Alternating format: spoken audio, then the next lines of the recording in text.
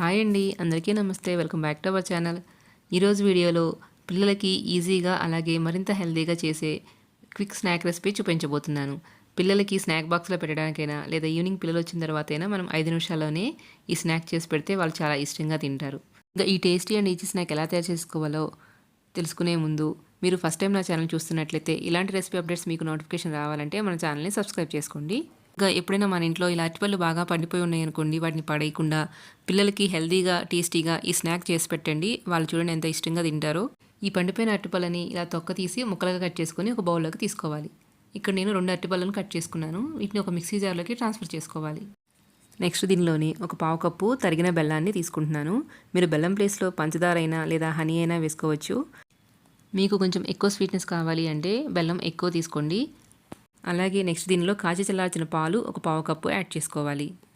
ఇప్పుడు దీన్ని fine paste లాగా ఇలా గ్రైండ్ చేసుకోవాలి. ఇలా స్మూత్గా గ్రైండ్ చేసుకున్న పేస్ట్ని ఒక బౌల్లోకి ట్రాన్స్ఫర్ చేసుకోవాలి. నెక్స్ట్ దీనిలో మంచి ఫ్లేవర్ కోసం ఒక పావు teaspoon vanilla essence add చేసుకుంటున్నాను. ఒకవేళ మీ దగ్గర లేకపోతే కొంచెం యాలకులు కూడా యాడ్ చేసుకోండి. నెక్స్ట్ ఫ్లఫీగా రావడం కోసం దీనిలో ఒక half teaspoon baking powder add చేసుకుంటున్నాను. మీ దగ్గర బేకింగ్ పౌడర్ లేకపోతే చిటికెడు వంట సోడా అయినా యాడ్ చేసుకోవచ్చు. ఇంకా ఒక కప్పు గోధుమ పిండిని కూడా యాడ్ చేసుకోవాలి. ఇక్కడ నేను హెల్తీగా అన్నాను కాబట్టి గోధుమ పిండి యాడ్ చేసుకుంటున్నాను. మీరు కావాలంటే మైదా పిండి అయినా యాడ్ చేసుకోవచ్చు. ఇప్పుడు వీటన్నిటిని బాగా కలుపుకోవాలి.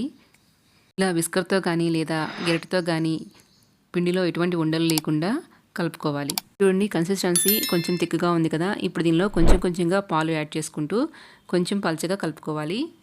మరీ దోశ బ్యాటర్లా కాకుండా ఇంకొంచెం తిక్కుగా ఉన్నా సరిపోతుంది.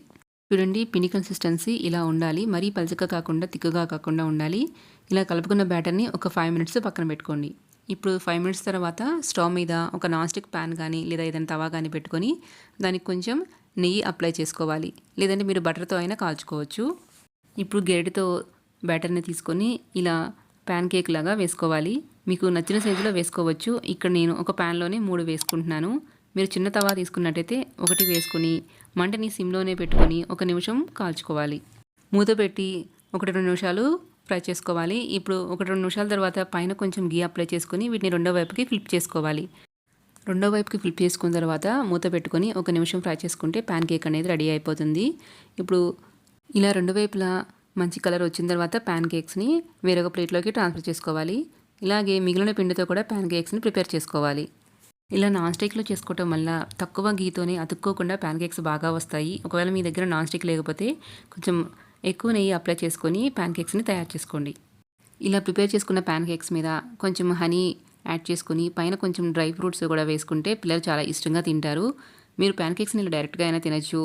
లేదంటే 2 ప్యాన్ కేక్స్ మధ్యలో చాకో స్ప్రెడ్ని అప్లై చేసుకొని ఒక 15-20 మినిట్స్ ఫ్రిడ్జ్లో ఉంచిన తర్వాత తీసుకున్న పిల్లలు ఇష్టంగా తింటారు. చూసారు కదండి, ఎంతో ఈజీగా హెల్తీగా ప్యాన్ కేక్స్ 5 మినిట్స్లో ఎలా తయారు చేసుకోవచ్చో. మీరు కూడా తప్పకుండా ఒకసారి ఈ ప్యాన్ కేక్స్ తయారు చేసి ఎలా వచ్చాయో కమెంట్ సెక్షన్లో కమెంట్ చేయండి. అలాగే మీకు నా వీడియోస్ నచ్చినట్లయితే ఇలాంటి మరిన్ని రెసిపీ అప్డేట్స్ నోటిఫికేషన్ మీకు రావాలంటే మన ఛానల్ని సబ్స్క్రైబ్ చేసుకోండి. అలాగే మీ ఫ్రెండ్స్తో కూడా షేర్ చేయండి. Thank you for watching.